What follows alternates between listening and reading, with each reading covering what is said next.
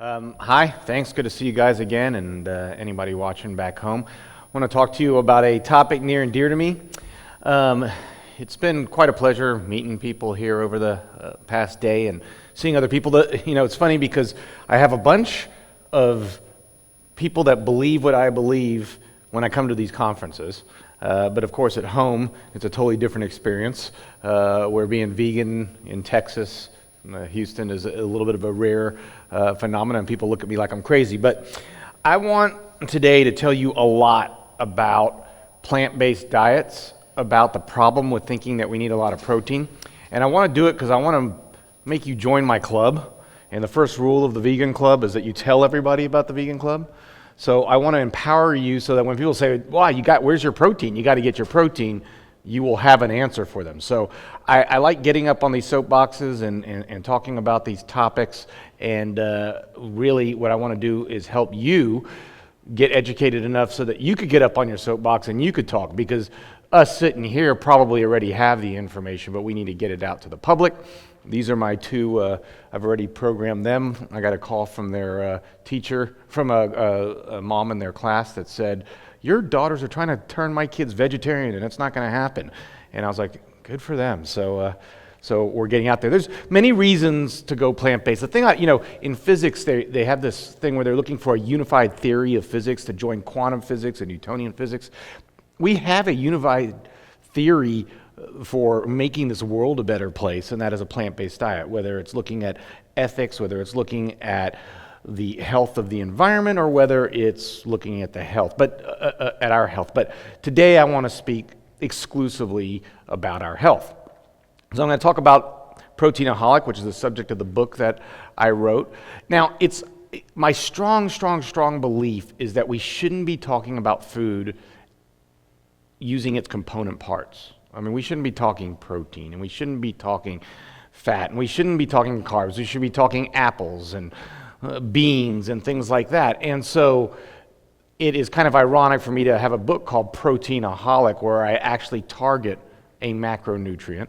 But I do so because we talk so much about that one macronutrient that I had to kind of get down and dirty with it before we could step back and start looking at whole foods. Because I myself was a protein addict many years ago. I mean, all I could think about was protein. Am I getting enough? I was constantly worried. Am I getting enough protein?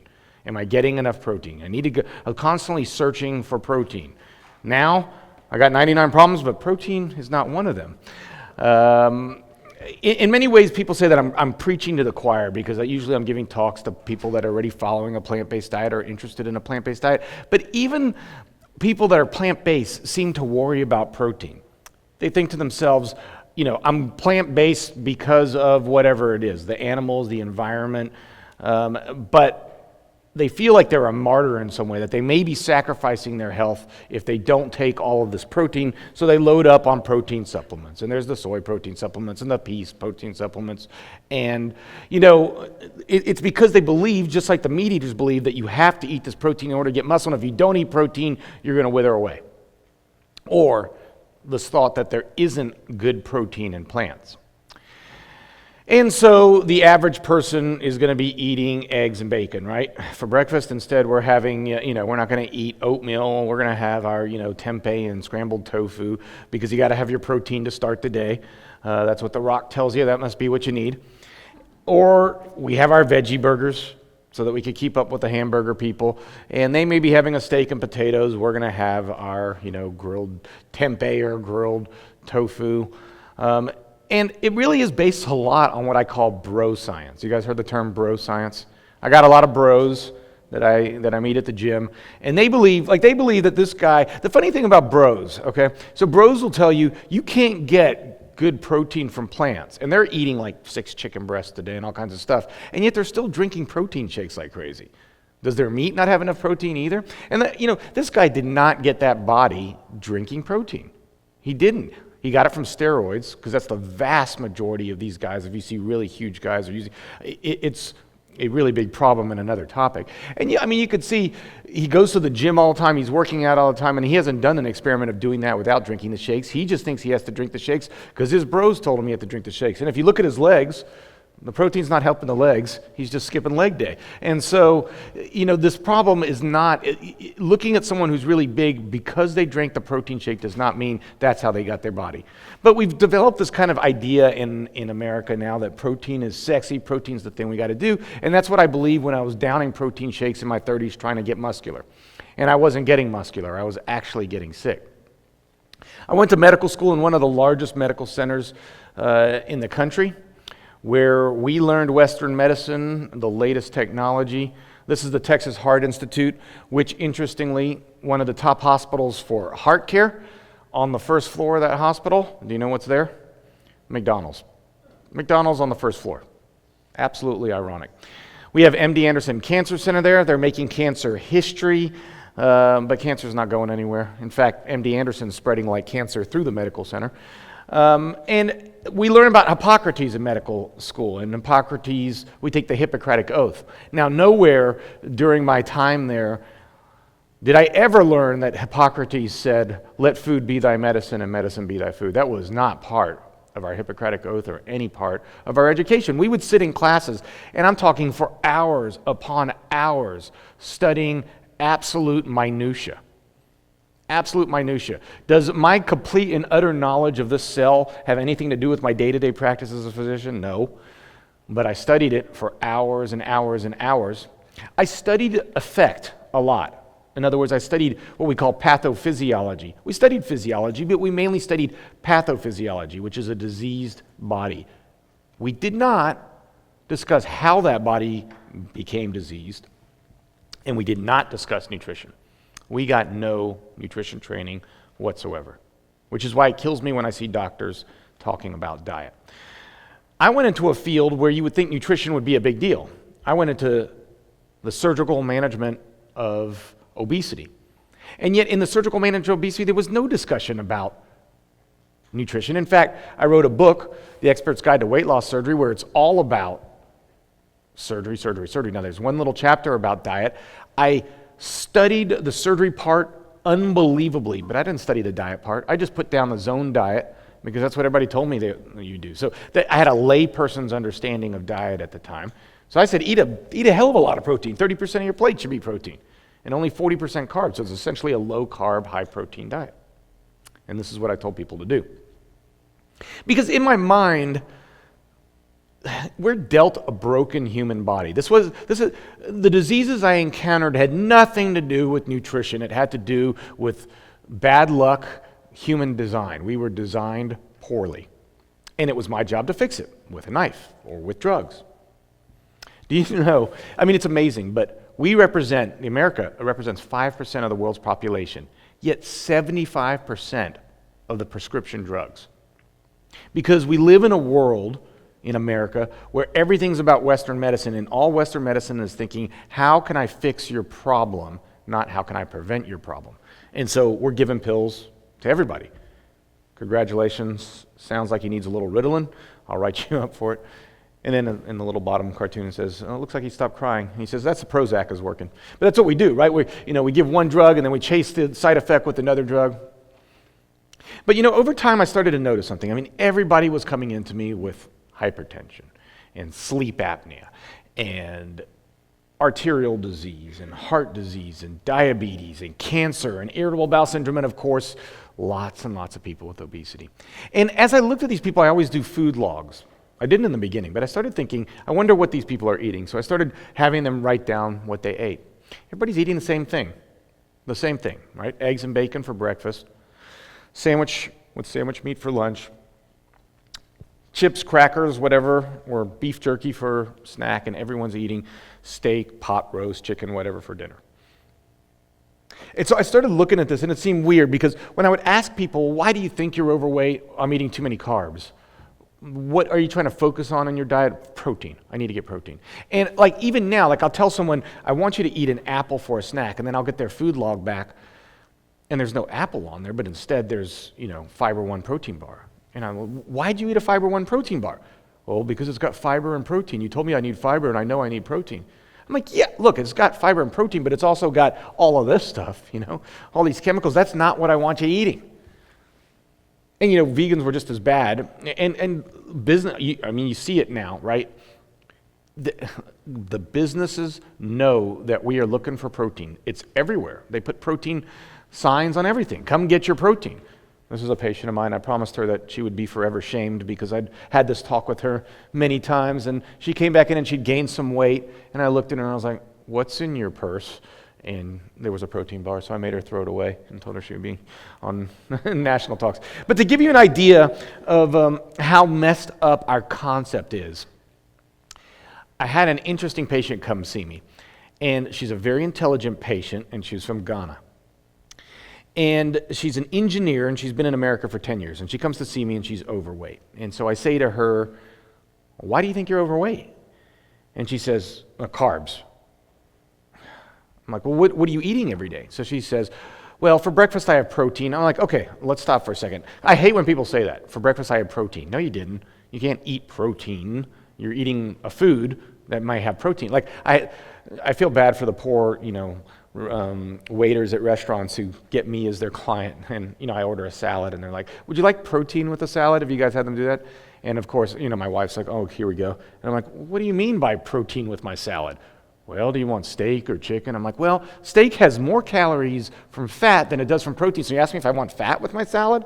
And then they're like, "Listen, I'm 16 years old, a summer job, what do you want from?" But anyway, so I said, I don't want to know protein. What are you eating? "Oh, I'm eating eggs for breakfast, and I'm eating chicken for lunch, and I'm eating, steak for dinner, and I'm really trying to get my protein." And so I said to her, "How can you say you're getting fat from carbs? You're not eating any carbs." She goes, "Well, I'm from Ghana, and my friends come over from Ghana about twice a week, and we have a Ghana-style dinner. And that looks like this. And it's very high in carbs. We do sweet potato stews and beans and things like that." And I'm like, "Well, that's what's making you fat?" She's like, yeah, I think that's what's making me fat." Okay.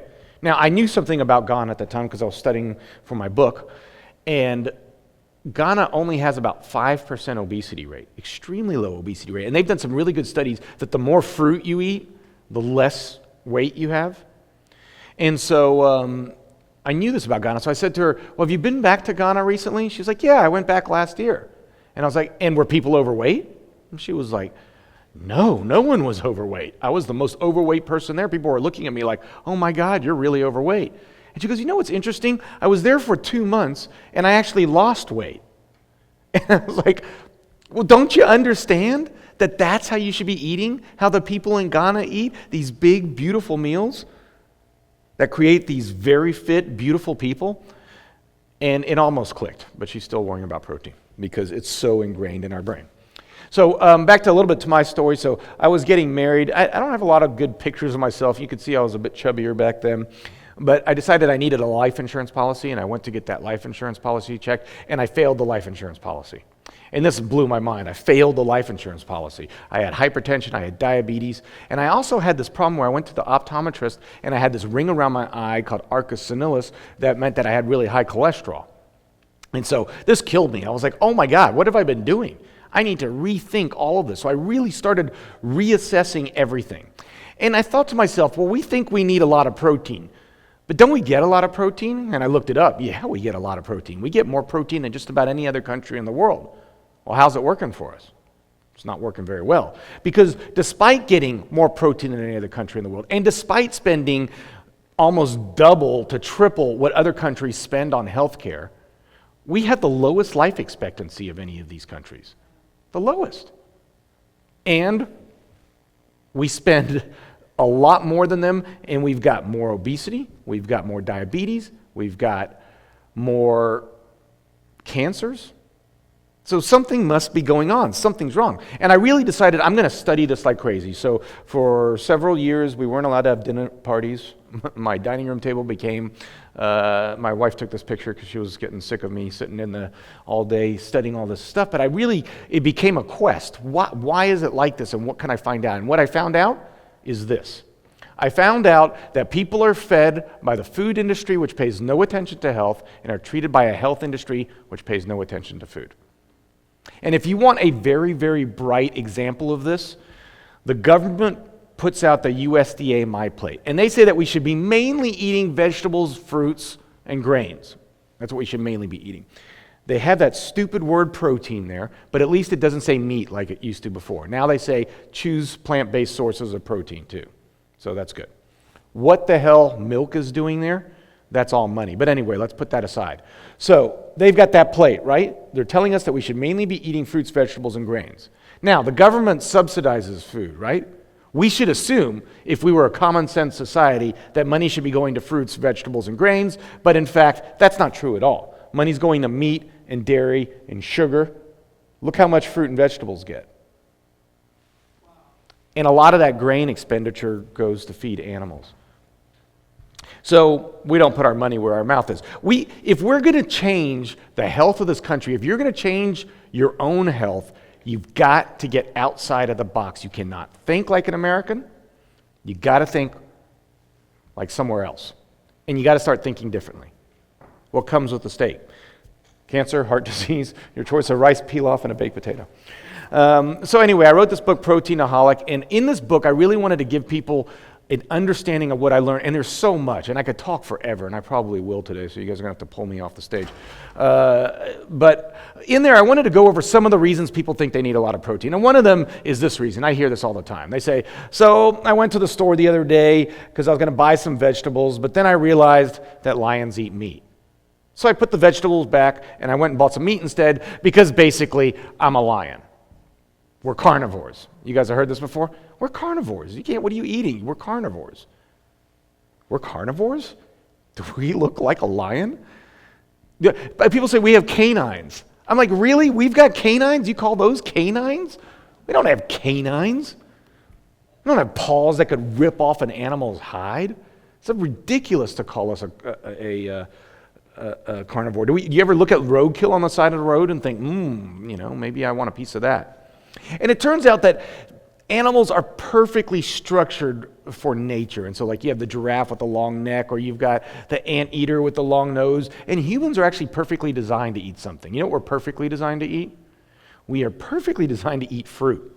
We're actually perfectly designed to be fruit, starch, and vegetable eaters. Everything about our system is very, very similar to apes, bonobos specifically. We have jaws that go back and forth to grind. We have molars. We have amylase in our saliva to break down starch. We are hindgut fermenters like monkeys. We are very, very much a fruit, starch created individual. That is what we should be thriving on. We are nothing like a carnivore, which has a lot of acid, a lot more acid than we do, makes its own vitamin C, has a short intestinal tract. We're nothing like them. We're anatomically completely different than they are. And if you think about it, like this guy right here, he's vegetarian unless you piss him off. Now, they will occasionally eat meat, but like they'll eat other monkeys and stuff like that, but they only do it in starvation time. So there was this thought that monkeys would prefer protein if they can get it. And they actually did a study of that in the Congo. And in fact, that's not true. They prefer fruit. Given fruit versus protein, they will always take fruit unless it's a starvation situation where they don't have fruit. That's the one time they go to protein. And if you look around the world, animals that are mainly herbivores tend to be the largest, longest living animals that are out there. And of course, the idea that herbivores can't be big and strong and athletic is absolutely disproven by all these unbelievable plant-based athletes, and it's growing and growing and growing. You know, the Djokovic, the number one tennis player, and Serena Williams, the number one tennis player, have become vegan. There's bodybuilders that are vegan. And what really fascinated me when I really started learning this is I said, I want to know the people that are successful in this, but not just the individuals. I want to know societies. If we're the society that lives the shortest life, what are the societies that living the longest life doing? And lo and behold, I came across the Blue Zones. And the Blue Zones was a study by National Geographic and Dan Buettner. And they went and they looked around the world for the people that had the longest life expectancy, that would live over 100. Who has the societies that have the most 100-year-olds? Now, I say that to people and they think, I don't want to live over 100 because our modern day concept of 100 looks like this. Right? But when he went to these places, their 100-year-olds don't look like this. They look like this. They're still active part of society. They're still the matriarchs and the patriarchs. They're still living very fulfilling lives, very happy lives. And it's interesting to look at these lives because when you look at the blue zones, and there were several blue zones around the world, and notice that one of them is in America, which is the most unhealthy country in the world. We'll get to that in a second. But when you look at these places, they don't have obesity, they don't have diabetes, they don't have heart disease. If they do, it's very, very low. All of them, there's no me there. There's no physician that's treating obesity there. It just doesn't exist. And when you look at someone, so let's look at Okinawa, where they have unbelievable longevity, or they did. It's getting worse over time. What are they eating mainly? Are they mainly eating protein? No. They're mainly eating yams, actually. If you look at their diet, it's very, very high in starches. It's 70% of it is yams. They call them emo. It's a purple yam. That's the vast majority of what they eat. They eat rice, they eat fruits, they eat vegetables.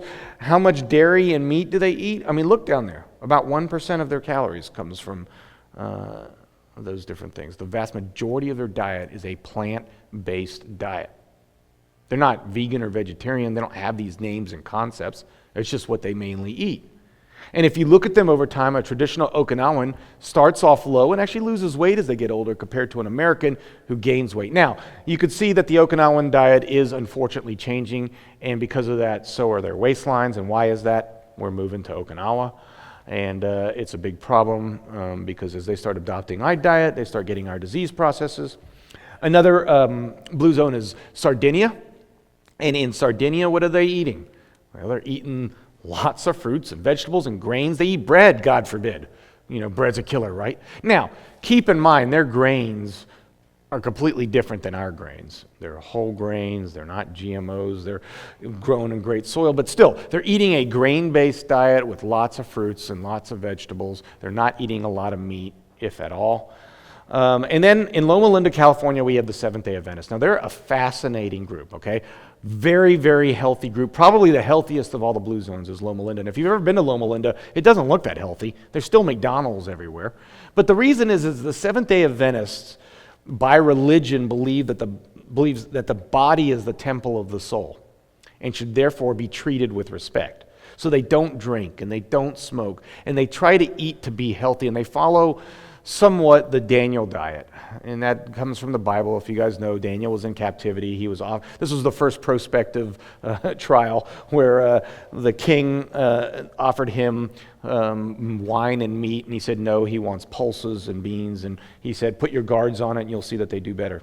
So Daniel was the first nutritional scientist. But anyway, the Seventh-day Adventists, when you look at what they do, they eat lots of fruits, they eat lots of vegetables, they walk a lot, and they're pretty healthy. Now, here's the fascinating thing. When you look at all these blue zones together and you do Venn diagrams, you could see that they all have their similarities and their differences. But if you look at the central part where we're looking at what do they do in common, they have a strong sense of family, they have a lot of social engagement, they get exercise, but like I was talking about yesterday, there's no Gold's Gym in Okinawa that I know of. They're walking, they're just active. It's not like a huge physical activity. And then they all follow, for the most part, a plant-based diet with lots of legumes. That's the things that hold them all together. Now, the Seventh-day Adventists make for the most unbelievable experiment that we could do, because the Seventh-day Adventists had 60,900 people enroll in the Adventist Health Study 2. And before, they had an Adventist Health Study 1 that was 70,000 people. And they've been followed over many years. And here's the beauty of it. It's hard to study a population, okay? Because if you're studying a population in Japan, they all have the same genetics. So is it genes? You always have to answer, is it genes? This is not the same genes. This is a heterogeneous group of people. When you're studying a big population, some people are smoking, some people are drinking. That could be affecting it. These people don't drink or smoke. Some people may be exercising, some people may not. These are all active people. But some of them eat some meat. They're not heavy meat eaters, but some of them eat some meat. And their meat eaters are much healthier than our usual meat eaters. So they're healthy, but they eat some meat. Some people will eat chicken, but not meat. Some people eat fish, but no meat. And then some people are vegetarian, but they'll eat eggs and dairy, and some people are vegan. So it's a great population to study. We could study these populations over many, many years. And what did they find? Well, one thing we found over and over again is that the vegans are by far the lowest weight. In fact, we consider a BMI of 25 to be a normal weight, and vegans were the only people that were under 25 on average, which is interesting. Vegans also had a really, really low rate of diabetes. Now, 7.5% for the meat eaters is pretty low compared to the country, but still. In fact, when you look at it, and this is interesting, there's some hard concepts that I have to explain to you, but they use the odds ratios here. So you see the vegan has half the risk of developing diabetes as a meat eater. But here's the thing, half the risk of one of those meat eaters. And the other thing they did is controlled for weight.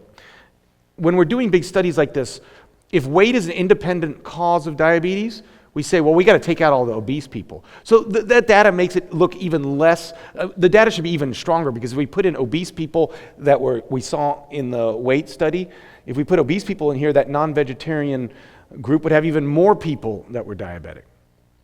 So very, very strong evidence. And no matter what the Adventist health study looks at, whether they look at heart disease, you can see the vegans do a lot better, whether they look at weight, whether they look at cancer. In this conclusion of the study, they said the evidence that vegetarian diets or similar diets with reduced meat consumption may be associated with lower risk of death should be considered carefully by individuals as they make dietary choices and by those offering doctors those choices. Now, you will hear all the time when you tell people this on the internet or whatever, they're going to say, well, that's a correlation study. It's not causation. Correlation does not equal causation. And it is a correlation study. But here's the thing. There's a lot of them. There are a lot of correlation studies out there. And where there is smoke, there is fire. And the funny thing to me is you might hear like, oh, fat's good for you now. Like, oh, butter's good for you. You've heard this? The people that will argue with the most are the people that tell you that butter is good for you. And they'll say, that study that you just looked at, that's a correlation study. But the whole foundation that butter is good for you comes from a correlation study. The whole thing. They're so hypocritical in this manner. And that correlation study was not done with the rigor that this study was. And it was funded by dairy and egg and beef.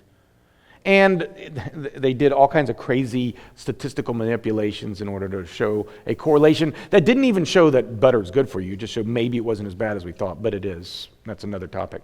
But I mean, no matter what you look at with animal fat, if you look at different countries, the more they eat, the more cancer they have, and the more heart disease they have. And when you look at the people that are arguing that fat is good or that meat is good for you, like Gary Taubes, these are not scientists, all right? These are journalists. They're not practicing medicine. Gary Taubes has never sat across from a person and followed them for years trying to help them lose weight. He doesn't know that struggle. And he says you need to eat like him to get fat. Well, he looks pretty peaked lately. And he put his labs up on the computer because he wanted to show people how healthy he was eating fat and protein. And the interesting thing is his protein levels are the same as my protein levels. So he doesn't have higher protein levels than I do. But if you look up there where it says carbon dioxide, his is at 19. Which is low. He doesn't know what that means because he's not a doctor. What that means is his body is in acidosis. It's metabolic acidosis. And what we know is that meat has more sulfur amino acids that are actually acidic to the body, and your body has to try to buffer that acid, and that creates all kinds of problems. And so he's not healthy. He thinks those labs look healthy, but he doesn't know what that 19 means. In fact, there have been many, many studies looking at vegetarians that are getting plant-based proteins. They're not getting any animal-based proteins. And you could see over there, this is a meta-analysis where they looked at a whole bunch of different studies, and they concluded that the overall cancer incidence was significantly lower in vegetarians compared to meat eaters. And in another meta-analysis, you could see that the plant-based eaters, these are risks adjusted. So if it's less than 1, that means there's a lower risk of it by percentages. So like for lung cancer, vegetarians had almost a 20% reduction in the risk of getting lung cancer. But look at heart disease. IHD is heart disease, ischemic heart disease, 0.76, a tremendous drop in the risk of heart disease in vegetarians. Now, people will tell you, okay, these are all correlation studies. If we're going to prove anything, we have to do a prospective randomized controlled trial. because that is our gold standard. The problem is you can't do that with food. It takes years and years and years to get heart disease. It takes years and years to get cancer. I can't take a group of you and say, you guys are going to be vegan, you guys are going to eat a lot of protein for the next 20 years, and 20 years later we're going to see the results. It just can't be done. They tried a 1-year study, which was called the A to Z trial, and this is it. And Atkins did the best with weight loss in the beginning, but by a year and a half, everyone had lost the same amount of weight, and it wasn't much weight loss. So they concluded that Atkins was the best, but it wasn't that much better than all the others. Here's the problem. The Atkins people did do the Atkins diet in the beginning, but then they started falling off of it, like people always do. The Ornish diet people, you guys know the Ornish diet, that's the vegan diet in this study, they never did it. So it's funny when you look at the data and you read it, the Ornish people, they got about 20 grams of fiber a day. If you guys have ever seen Ornish's meal plans, that should be 60 grams of fiber a day. And their fat went from 35% to 30%. So they dropped 5% fat. 30% fat is not what Ornish tells you to eat. He tells you to eat 10 to 15% fat. So they never followed an Ornish diet, which drove Ornish crazy, and which makes this study really worthless. It just basically says if people don't follow a diet, everybody gets the same result. And the funny thing about it is this is all really complex to tell you, but they compared these two studies, okay? And they were looking at people that were in ketosis and people weren't in ketosis. And they wanted to look at how much fat was burned when they exercised. And they saw that the people in ketosis burned more fat than the people that weren't in ketosis. And therefore, you should be in ketosis because you're going to burn more fat with exercise. Oh, okay, well then I'm going to go ketosis. Wait a second. They didn't look at... So in the first study where they weren't in ketosis, there were 300 people. In the study that they were in ketosis, there were 5 people. In the group that weren't in ketosis, they exercised for 15 to 30 minutes. In the other group, they exercised for 2 hours. 2 hours. These were overweight, untrained individuals. These were cyclists that were trained. So it's a totally different group. It's comparing apples and oranges, but to the layperson who doesn't know any better, they see this, they say, oh man, I better go on ketosis. And that's how they fool you.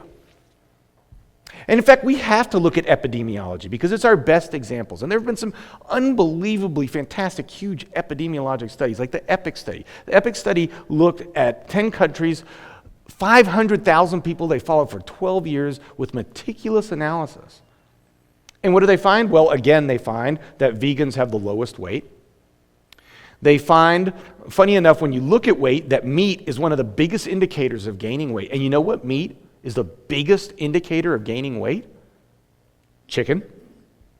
Chicken is the biggest risk of gaining weight. In America, I tell patients that. They're like, what are you talking about? Chicken's our health food. Yeah, we eat a lot of chicken in this country, right? We eat more chickens than any other country in the world. How's it working for us? And why is that? It might be the growth hormones they're feeding the chickens. It might be that there's changes in the microbiome. It might be the estrogens. But all I know is we're eating a lot of chicken and we're getting fatter. And there's pretty good evidence that chicken is associated with weight gain. Chicken's also associated, incidentally, with lymphoma risk. And you can see that again because as our chicken consumption has gone up, so has our lymphoma risk. The other thing they found was that meat was very strongly correlated with diabetes, specifically animal protein.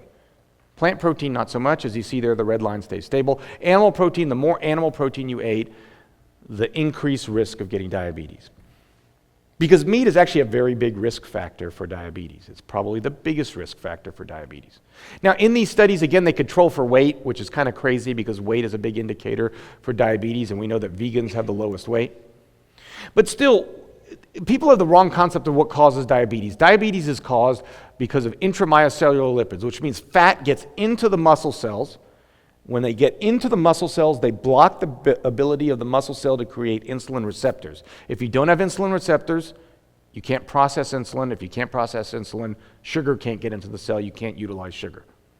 So you eat something with sugar, your sugar goes shooting up, and you say sugar's the problem. Sugar's not the problem. Your body's ability to process the sugar is the problem. And the body can't process the sugar because there's too much fat in the muscle. So in the study, in the EPIC study, they looked at it as a whole, and they said, if you decrease your saturated fatty acid consumption by just 5% and replace that 5% with fructose, which we think as poison here in America, you drop your risk of developing diabetes by 30%. A 5% reduction, substitute with fructose 30%. Glucose consumption, They were studying this big group of people. They say, whoever ate the most glucose you would think would have the most diabetes? No, the opposite. They had less of a risk of diabetes. Starches and sucrose are neutral. So it's absolutely opposite of what we think. But you got to remember, what we think isn't working very well. And it's a pretty good study. And you can see it in real world examples. Like if you look at China, their diabetes risk is going through the roof. And you know what else is going through their roof? Their meat consumption. The Pima Indians were a great example of this. The Pima Indians lived in Arizona on a river, and that river was dammed up. Now, before that river was dammed up, they grew starches, they ate squash and potatoes and beans, and they didn't have any diabetes. We dammed up their river, and we said, oh, we're sorry, here is some meat subsidy and some junk food. And now they have the highest rate of diabetes anywhere. And if you look at their genetic relatives in Mexico, they don't have diabetes because they're still eating squash and maize and things like that. Now, in any kind of thing, there's epidemiologic studies. But you've got to take those epidemiologic studies, and then you've got to have a mechanism of action. So with diabetes, we said, okay, look, there seems to be that there's a correlation between meat and diabetes, and we think that's because there's fat inside the muscle cell. But can we do a randomized controlled trial to prove that? And so Neil Barnard did a study. Boy, that's not coming through really well. But he did a study, and he randomized people, and he gave them, like for breakfast here, they're eating toast, oatmeal, and a cantaloupe. I mean, that's like opposite of what the American Dietetic Association would eat. And he's giving them a lunch with fruit and brown rice and vegetarian chili. Dinner's minestrone. Snack is an apple, and a banana. And so he's giving them fruit and grains, and this is exactly opposite. And then he compared them to people that were on the American Dietetic Association. And interestingly, there's been a lot of studies showing fruit is excellent for diabetes, actually improves diabetes. And cereal fiber is actually excellent and improves diabetes. And so when he does a randomized controlled trial, what does he find? Well, the blue line are the people on that diet, the vegan diet. The red line are the people on the American Dietetic Association. You can see there's a significantly more drop in blood sugar in the group that's on a vegan diet.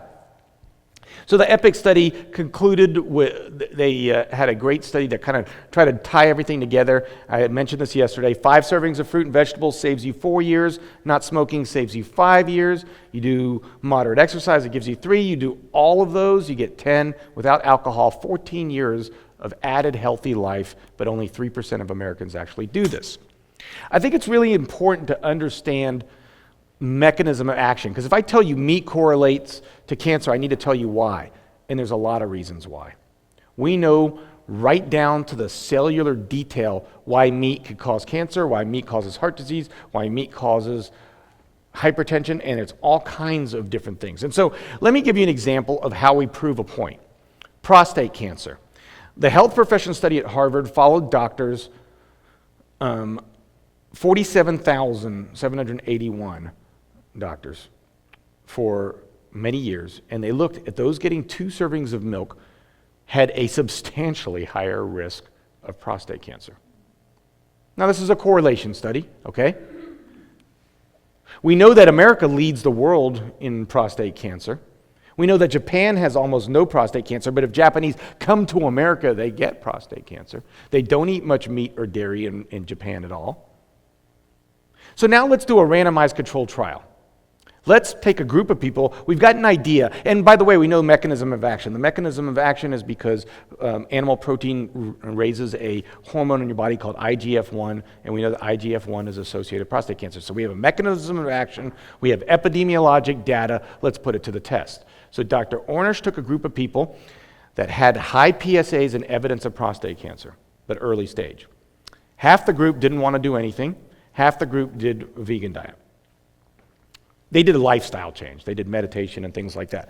But they did vegan diet, and if you look at it, look at the PSA values of the group that didn't do anything. It went up. They had to go and get treatment. Their cancer got worse. Look at the vegan group. It got better. And he didn't just stop there. He actually took their blood out and dripped it on cells, on prostate cancer cells. And he found that the people that were vegan, their blood killed cancer cells 8 times better than the group that wasn't on a vegan diet. And he went even further. He looked at the telomeres, which are the chromosomes, our chromosomes. And it's the end of the chromosomes, and it protects the chromosomes. And he looked at that and showed that the telomeres actually get longer. I mean, this is pretty good, right? We got epidemiologic data. We've got data that shows mechanism of action, and we've got this unbelievable prospective randomized trial. That's how you prove a point. No one study proves anything, but you take this all together, and where there's smoke, there's fire. And there's been many other studies out there, nurses' health studies, things like that, where they concluded that the effect of decreasing meat in your diet was as powerful as statins without the adverse effects and costs. As powerful as statin, our number one drug that we give out. In fact, when you look at heart disease, some people think a plant-based whole food diet is extreme. 500,000 people a year will have their chest ripped open, veins taken out and put in there. We don't call that extreme. Believe me, I've seen it. It's extreme. When in fact, all you need to do is a plant-based diet. So this is Dr. Esselstyn's work. Look at that vessel on the right and look at it after a plant-based diet. That is incredible, incredible testament.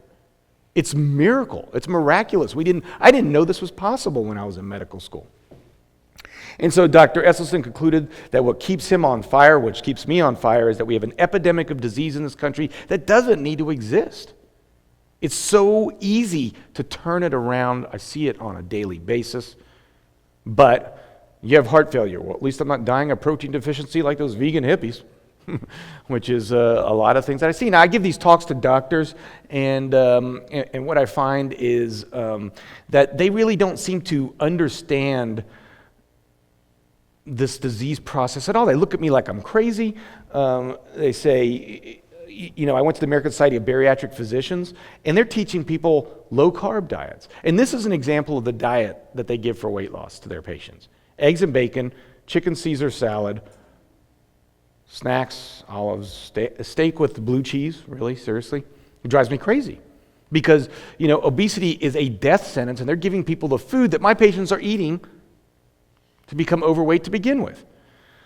A lot of times they will actually refer to Weston Price, which is crazy. You've heard the Weston Price Foundation? Weston Price was a dentist in the 1920s who wrote a book where he went to places and said, we have cavities, you don't have cavities, therefore whatever you do must be right. Now the interesting thing about Weston Price, he never said eat a lot of fat and organ meat and stuff like that. He wrote a letter to his nephews that said eat grains and vegetables and fruits, and he was very impressed with an Indian civilization that was vegetarian, but it's been, changed over the years. And besides the fact that, he said, well, these people at the bottom have bad teeth, and on the top they have good teeth. They're rural, they're civilized world, they're eating X, and that's what's causing their problem. The thing is, those teeth were actually caused by syphilis, not by that. So, there's a lot of other confounding factors he didn't take into account.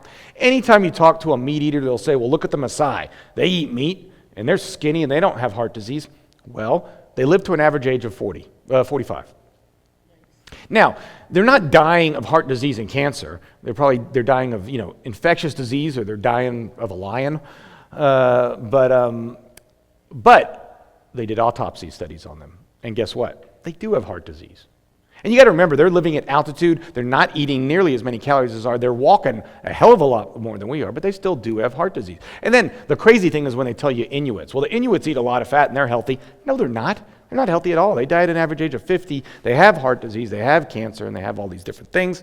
There are many studies if you want to look at. If you want to compare societies with the same genes that are acting differently, look at the Kyrgyz. The Kyrgyz, everybody's like, I want my grass-fed meat. They ate grass-fed meat all the time. That's all they had. They roamed the land with their animals and ate them. And they compared them to Siberians that have the same genes that were living on potatoes mainly. And the Siberians had much less obesity, lived a much longer life. You could look at the gauchos in Argentina. You want grass-fed beef? They got the best grass-fed beef in the world. They also have more colon cancer than anybody.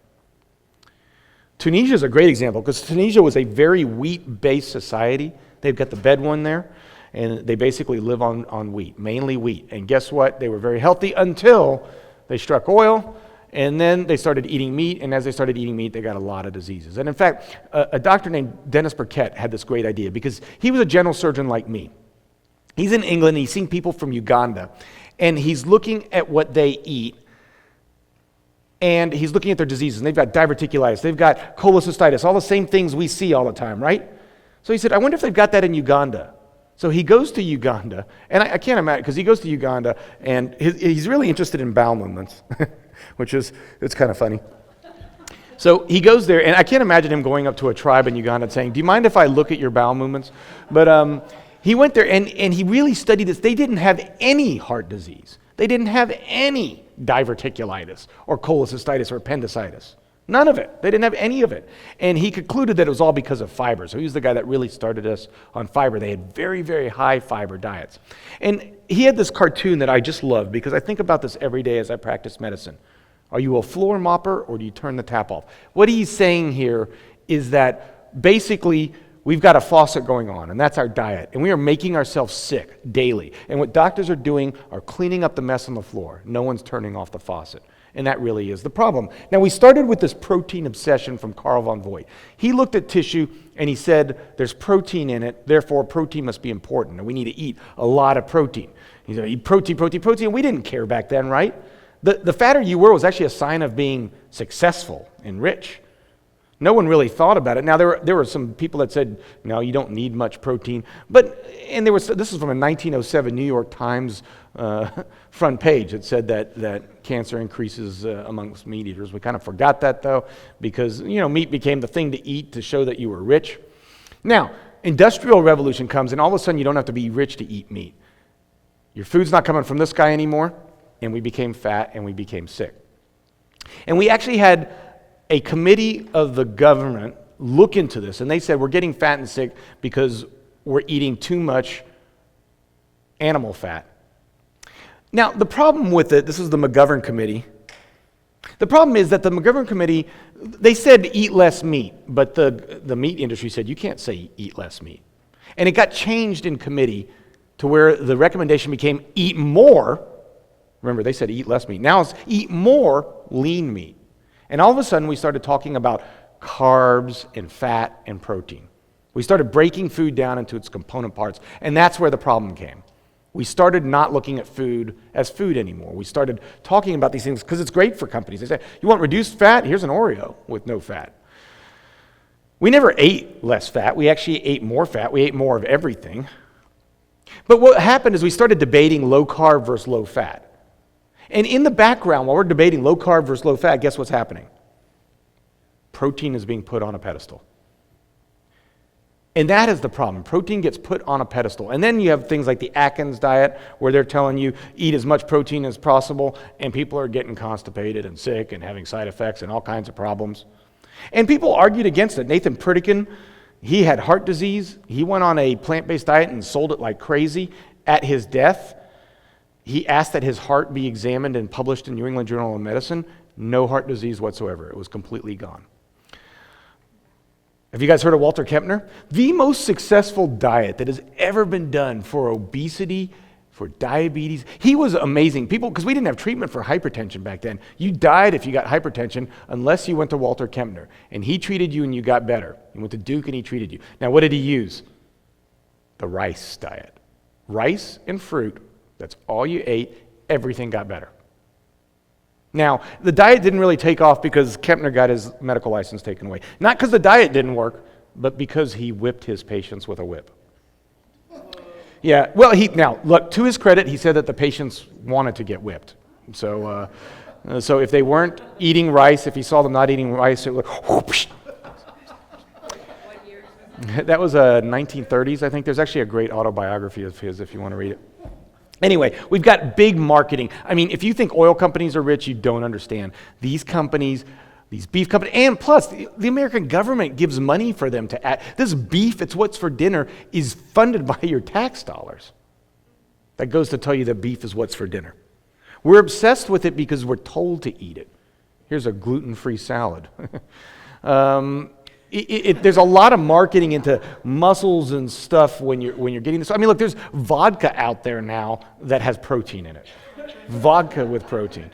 You got to be kidding me. It's absolutely ridiculous. And this brings along the Paleo Diet. Look, the Paleo Diet is a much better Atkins diet. They don't like processed foods. It can be a healthy way of eating, but here's the problem. Paleo man was not eating a ton of meat.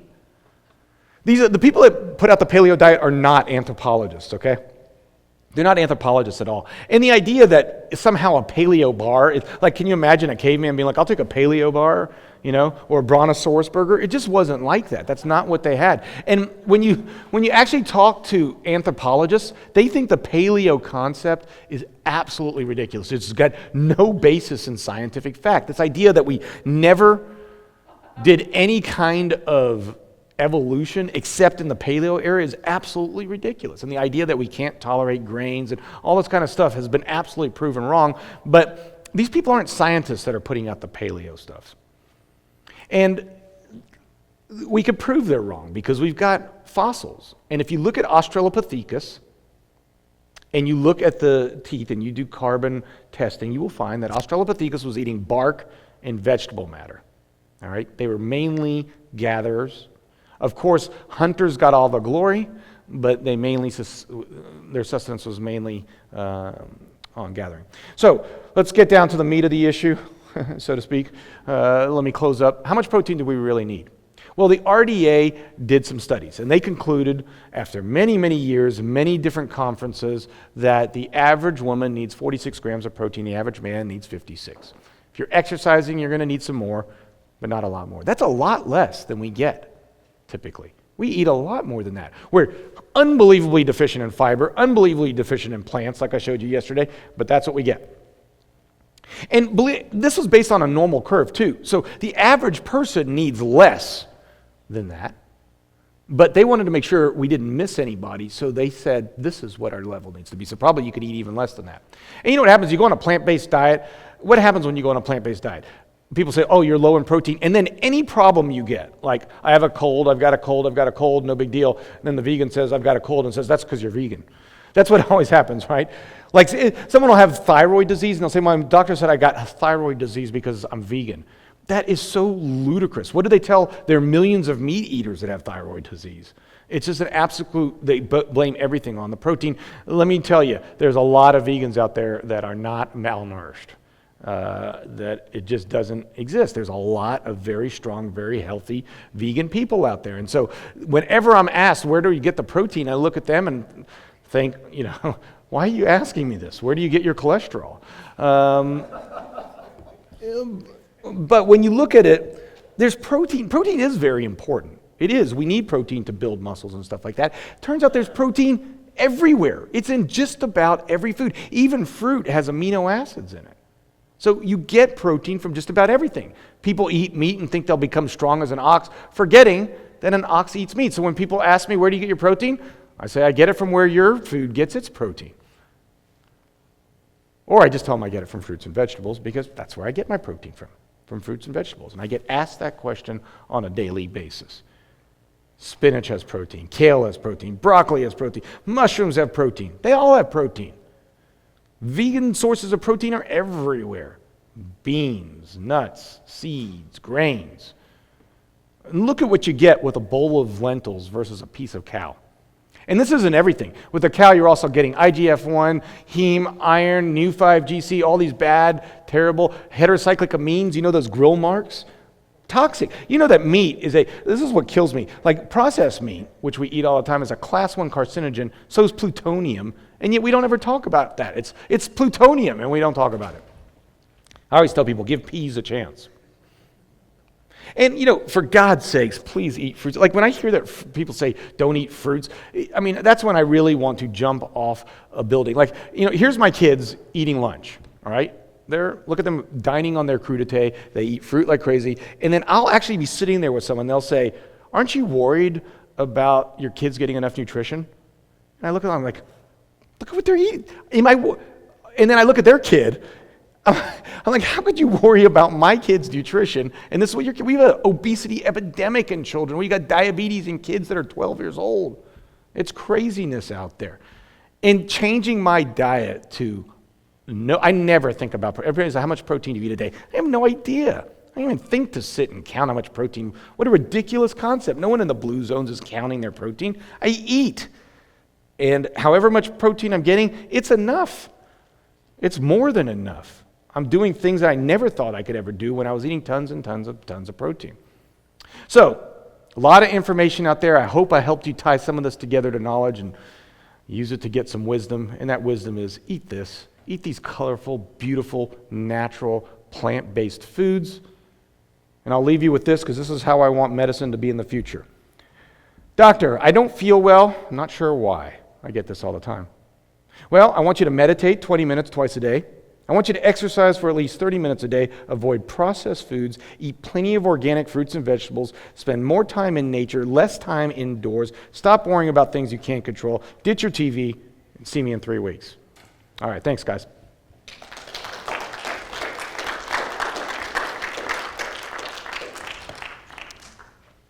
Questions? Could you please comment on the chip lifestyle? Love the chip lifestyle. So the chip is kind of a combination of today and yesterday of my talks. I'm actually going to start doing chip. So for you guys that don't know, Chip Lifestyle Program is a program that's basically a whole lifestyle program. When you really are looking at health, you can't just look at diet. It's not just diet. Diet's a huge part of it. But meditation, behavioral therapy like we talked about yesterday, group therapy, things to change habits, how you eat, recipes, all this stuff all comes together in the Chip Lifestyle. So it tries to teach you a healthy lifestyle through programming, and I think it's a beautiful idea. And I'm going to start, I'm getting Chip certified in a few weeks, and I'm going to start doing it in my office. Thank you very much for coming. Sure. This is awesome. Great, thanks. Appreciate it.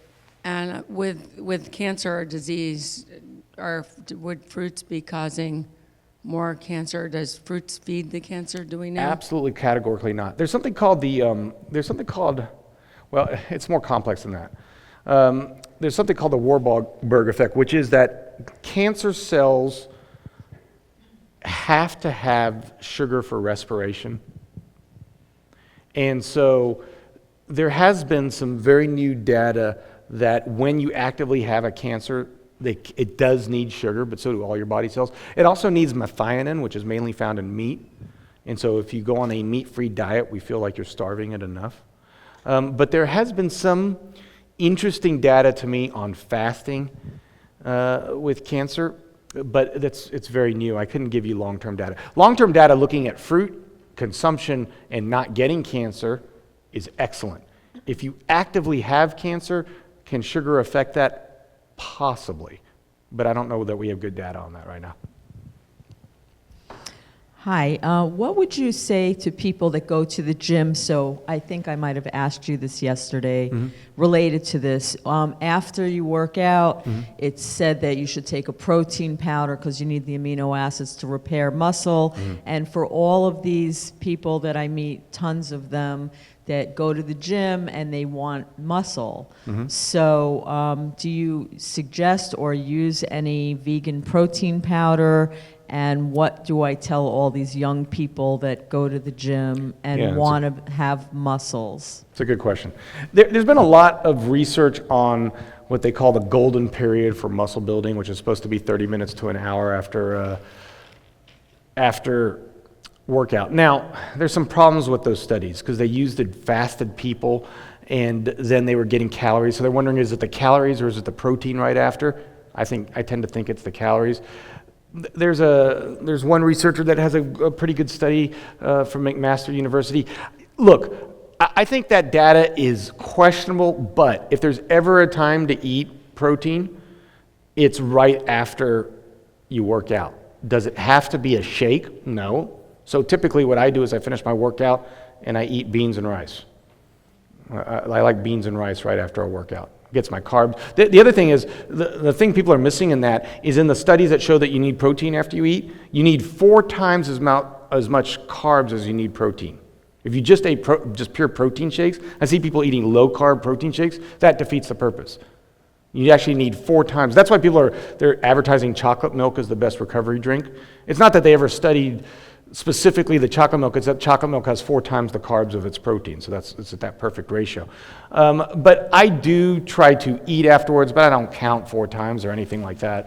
I just eat afterwards so that I get calories so that my body could mend. And yes, I eat protein, but it's not like I'm doing protein shakes. If I ever do a protein shake, if I get done working out and I have absolutely no time to eat, I will make a smoothie, and I use Vega 1, and it has plant-based protein, as well as a lot of other stuff in it, because it's just quick and it's easy, and I know the company and I trust them. But I would prefer people eating beans and rice, and if you can't do it, then do the Vega 1. I was just on my way over here, and I was listening to the public radio station, and a Dr. Michael Jacobson is one of your soldiers, and he's fighting the way that food is raised and the industry, they were saying. And what he's actually fighting now is that one of the improprieties of the sugar industry has come out, that they have been paying the medical association not to link sugar with any of these diseases that are going on. And that the medical association has been taking money under the table, putting out false things, advertisement that sugar does not, white sugar does not hurt you. So I said that to say that it is starting to come to the forefront, and that, I don't know, someone put on the screen yesterday or day before, there are 3 things that you can't hide, and that's the sun, the moon, and the truth. Yeah, that was Buddha, yeah. Yeah. Was it Buddha? No, Aristotle. I mean, I don't know. I I can't just remember. saw that on the Something screen. legit. Yeah, I mean, there's And- actually been a lot in medicine lately about funding, because the funding problem is humongous. And it's not just sugar. Sugar's the scapegoat. You should see the meat industry and the dairy industry and the Right. egg industry. The dairy industry actually had a conference in Mexico where they got the minutes of the conference, and they actually said, our goal is going to be to neutralize the science. Neutralize the science. And it's incredible to me, the funding thing is a huge problem. So you have to take everything with a grain of salt. I think it's great that we're starting to come out with it. Here's the problem is so I've got a friend, and he is kind of he's a friend, but we're colleagues, but he's my opposite. He's a big protein supporter. Now, he studies athletes mainly. His whole salary is based on donations from industry, from the meat industry and all that stuff. Wow. So I said to him, your boss, is giving you money, telling, if you started saying, well, protein's terrible, you wouldn't have a job. They wouldn't keep giving you money. He goes, it's not like that. It's not, I swear, I'm not biased, I swear.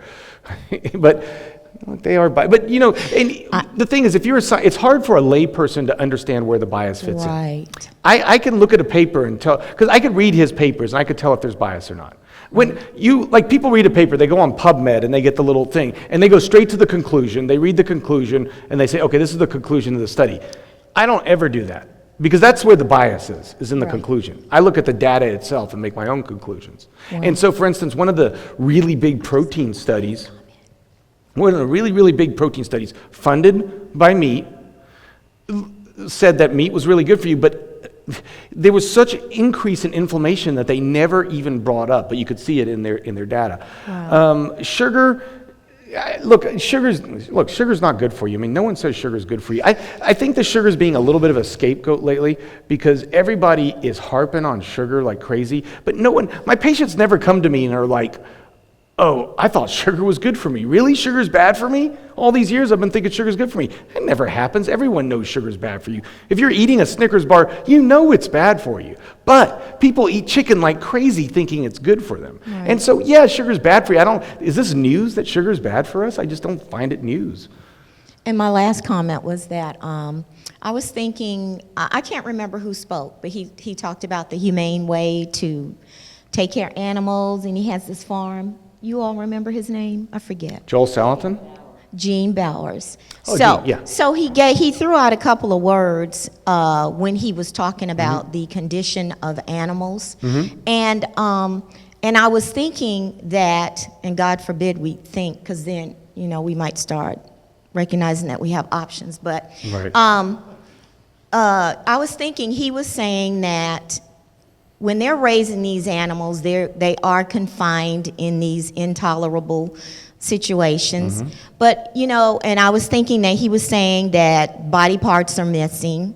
how the animals are actually crying out because they're so tightly confined, and how they just don't have a safe place to go and be, right? Right. But as I was driving over here I was thinking what a phenomenal parallel that we as humans have with these animals, because we too are in a confined situation. Because when they throw us in the hospital and they pump all this stuff in us and put medication in us, or when they make us go, when we have to run to these doctor's offices, I mean, we're confined, and don't they cut our body parts off as well? I've cut many a body part off. Exactly. And okay, and aren't our bodies crying out for help in the dark? Because he was saying that a lot of these animals in the dark, somebody said that they were near a slaughterhouse and the animals were just crying. Screaming, He couldn't even sleep. He couldn't sleep. Yeah, it's a and good and our analogy, bodies are crying out, and Yeah. people are sick no matter where you go. Yeah. And the bottom line is that if we can find a sustainable way to take care of ourselves, I mean, don't we want a safe haven to live in as well? Amen. I totally agree. Yes, sir. Early on, you mentioned sleep apnea, Yes. and I was kind of wondering what your opinion was on that. I realize you're not a sleep doctor, so... I do a lot with sleep apnea. Okay, so... I mean, sleep apnea is it's a very bad disease. So at night, you're basically, first of all, you're destroying your sleep cycle. Remember yesterday I was talking about the many causes of obesity. One of them is a bad sleep cycle. Some of it comes from stress. It's very stressful to your body to choke. For those of you that don't know what sleep apnea is, you're basically choking at night, and it's amazing if you look at a sleep study, your oxygen saturation is dropping tremendously. You're waking up, so you're not getting good sleep, and your body's stress response, that fight or flight, gets fired multiple times during the night, and it's very stressful to your body. So sleep apnea, we call it the silent killer, and it needs to be treated. Now, there's treatment and there's prevention. Treatment is a CPAP machine. Prevention is losing weight so you don't have fat inside the parts of your palate that start to collapse that make you snore. You get skinny, you don't have, so with our weight loss surgery, we get about an 85% cure of sleep apnea just by getting the weight out of the neck. But you could get that same weight out of your neck doing a plant-based diet, exercise, lifestyle change. I agree, losing weight has certainly helped in that regard. Definitely The does. CPAP machine did not work for me. The CPAP? No, it caused me to have more sleep apnea, central sleep apnea. Yeah, some people can't tolerate the machines. Everyone's different, but the best thing to do is to lose the weight, and then you don't have to worry about it. Yeah, I've lost weight, and that certainly cut it down, but I also use a dental appliance. Yeah. Which yeah. is- the dental things are good that keep your jaw forward. But it's like she said, it's like she was saying, and it's true. I mean, that was a really good analogy earlier because I see patients, no one just has sleep apnea. Everyone's got this whole, and it's like she said, their bodies are like screaming out that there's something wrong, and we need to listen. Oh, thank you. As a child, I used to have sleep apnea, and it was. Hello? Yeah, got you. There you go. I used to have nightmares. I mean, I used to wake up in the middle of the night with these dreams that I'm in water and I'm gasping for breath and so on. It was horrible. Yeah. And I didn't realize what this was until I became an adult. Mm-hmm. And I changed my diet, and it all disappeared. Yeah. It's crazy what a diet change could do. Yeah, But it it was is. a It's- horrible. It's torture on the body. as And a lot well. of people don't know they have it.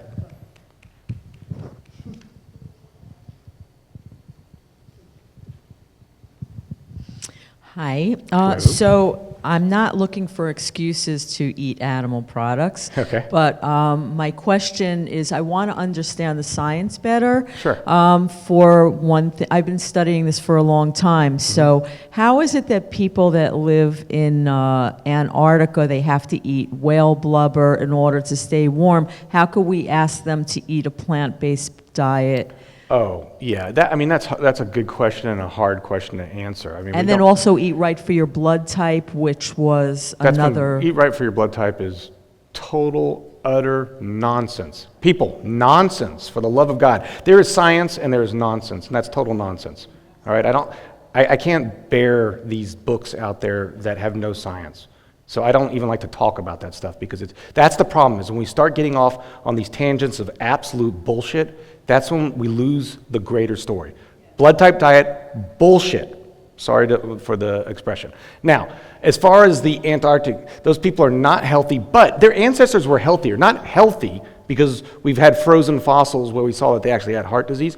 But it's interesting, when you look at a traditional Inuit diet, it's very high in omega-3 fatty acids, very low in saturated fat. So they're actually eating better fats than we are. So their saturated fat content is much lower than our saturated fat content, which is really important. Plus, they used to eat a lot of gathered berries and things like that. They weren't just eating the blubber. So they need to go back to a more traditional Inuit-based diet, or we need to get to a situation where we could export fruits and vegetables better than we're doing now. The reason we don't do it much now is because the vast majority of our agricultural system is creating produce for the animals we eat rather than produce that could actually feed the world. You know, our hamburgers cost starving people food. But it's a good question. I mean, you know, you can't, and it's not, and I'm not arguing that the world has to go vegan. That's not my argument. And in fact, there's many healthy meat eaters. They've done some good studies on kangaroo meat, for instance, which this really wild meat has a lot less of a rise in inflammation than if you eat a regular piece of meat. But if you eat no meat, you get no inflammation. So it's better than to eat no meat. But the idea is, if you don't need it, don't eat it. If you need it, if you're an Aborigine and you got nothing to eat except a kangaroo, okay, you're going to eat a kangaroo, that's fine. But I'm not thinking so much about those cultures. If you live in one of those cultures, eat as traditional as your natives. They did a study in Sydney where they took Aboriginal people with diabetes living in Sydney, and they took them to an Aboriginal tribe, and their diabetes went away. And they were eating some meat, but they were eating kangaroo meat, they were eating lots of plants, and lots of vegetables. So I'm okay, that's great, go back to your original diet. Here in America, we've got produce, and we would have more produce if we ate less meat. We got produce there's just no reason to eat the meat. There's just no reason out there. And then people say, well, what about grass-fed? Well, as you heard yesterday, completely unsustainable. But you're going to eat meat. Yeah, it's probably better grass-fed. It doesn't have the hormones, doesn't have the antibiotics. The cows lived a better life until they suffered at their slaughter. But it's going to be better. But as soon as you take that meat and you put it on a grill and you get those grill marks, doesn't matter if it was grass-fed, doesn't matter if it was corn-fed. It now has heterocyclic amines, which are extremely toxic. It raises your IGF-1, grass-fed or not, rises that IGF-1. Grass-fed or not, you're getting heme iron. Grass-fed or not, you're getting new 5-GC. Grass-fed or not, you're getting all these different things. It's still bad for you. It's just better for you than terrible stuff like the CAFO. So, you know, there's degrees, and a little bit isn't going to kill you, but I think we need to change our whole view on the way we eat. I don't tell patients don't come to see me, and I don't say, you got to be vegan or vegetarian. I don't even bring up those words, vegan or vegetarian. It's just not in my lingo when I talk with patients. They come in, and the vast majority of what they eat is animal products, the vast majority. And what I want is for the vast majority of what they eat to be plant products. And if there's meat thrown in there, what I try to do is change their concept that meat doesn't need to be the star of the plate, it needs to be the side dish or not existent in some or most meals. And I'm successful at doing that. It's hard to turn someone vegan. It's easy for me to get them to change their plate. Make sense? Yeah. Sorry about going crazy on the blood type diet, but that stuff boils my blood. Yeah. First of all, just wanted to say thanks for a great talk, Dr. Davis, and had a question. I eat a whole foods, plant-based diet. I don't take supplements, maybe a B12, no protein powders, anything like that, right? Yeah. And I have a good benefits package through work, so I was able to see a dietitian, you know, and just for fun, we looked at my diet and did some analysis, and I was surprised to find that I'm actually getting a ton of protein from fruits and vegetables. You know, some days over 100 grams. Yeah. Could this be an issue? You know, it's kind of funny. We were talking about this yesterday. There's been a lot of studies on plant-based protein. Remember I put up that slide and it showed as animal protein went up, diabetes went up, but plant protein didn't. There has never been a study that I have seen where plant protein has been associated with the disease process. And it's probably because, again, what we're doing is extracting the protein from the actual food itself, and the food has all kinds of good things in it. So you're getting electrolytes, you're getting phytonutrients, you're getting antioxidants. We worry about this IGF-1 hormone in our body, and we know that protein stimulates IGF-1. And we were talking about this yesterday. From what I have seen, like for instance, soy will stimulate IGF-1, but it also stimulates IGF-1 binding protein, so that IGF-1's bound, so you don't get the same effect. He's doing a study right now which might disprove that, but I don't seem to think that we're getting the same response with the plant proteins that we are. We know that plant proteins do differ. They have less leucine in them. We know that leucine has an effect on mTOR. Now I'm getting into some complex stuff. But mTOR is like an aging mechanism, and we know that plants will protect whereas animals, because of their high leucine, and people are eating leucine like crazy, that seems to stimulate that. We talked about cancer and feeding cancer. We know methionine feeds cancer. We know that plant-based proteins have low methionine. Meanwhile, hypertension, we know that people on really high plant-based diets tend to have lower hypertension. Well, plant-based proteins have glutamic acid, which changes over to glutathione, which helps with hypertension. So my answer to you is no. I've never seen any problems with that. If you're eating a whole food plant-based diet, you should be extremely, extremely healthy. And I just have never seen anything to show that plant-based protein is bad. I tell people don't go searching for it, because then they start drinking these powders, and who knows what's in the powders, and they start eating, processed protein stuff, and that's just not necessary. But if you're, I say I never do mine, but I did that same thing. I got checked to see how much protein, and I ate 75 grams of protein one day, which is higher than the 56, but I exercise all the time. But, I'm certainly not suffering from lack of protein. All right, guys. Well, thank you for. Oh, you got another one? Yes. I was just going to ask about fasting, dry fasting, intermittent fasting, juice fasting, and healing. Yeah, the fasting is fascinating to me, and I don't. The NIH is doing a really big study on it right now. Fasting. The interesting thing to me about fasting is, because remember I was talking yesterday about if you go on a drastic diet, that your metabolism slows and you actually lose muscle. But for some reason, if you intermittently fast, that doesn't seem to happen. You don't seem to lose muscle mass, which is fascinating, because you would think you would lose muscle mass. But, but these little limited times of fasting don't seem to do that. Fasting drops that IGF-1 a lot. So I know a lot of paleo guys that will admit, I know some really smart paleo guys, believe it or not. I'm just joking. I know some really smart paleo guys, and they actually have super healthy diets. They eat lots of fruits, lots of vegetables. They do eat meat, but it's all game meat that they got and stuff like that. And to battle the IGF-1 rise that they think that they get, they do intermittent fasting, and they've had amazing results with it. Now, I've tried it, and maybe people are different than me. Now, we could get into a whole different tangent. There is such thing as fat adaptation and carb adaptation. So the two sources of energy. The other thing that's really crazy is when people say, I need protein for energy. Your body does not use protein for energy, ever. Well, unless you're on the last mile of a marathon and you're dying. Otherwise, it does not use protein for energy. It uses fat or carbs. You could adapt your body. Like, I'm extremely carb adapted. If I eat carbs, my blood sugar doesn't. Glycemic index is kind of nonsense, because they have a glycemic index number, but your glycemic index number to an insulin-resistant person is totally different to a glycemic index to me. So if I eat a starch, my blood sugar doesn't go all crazy like theirs does.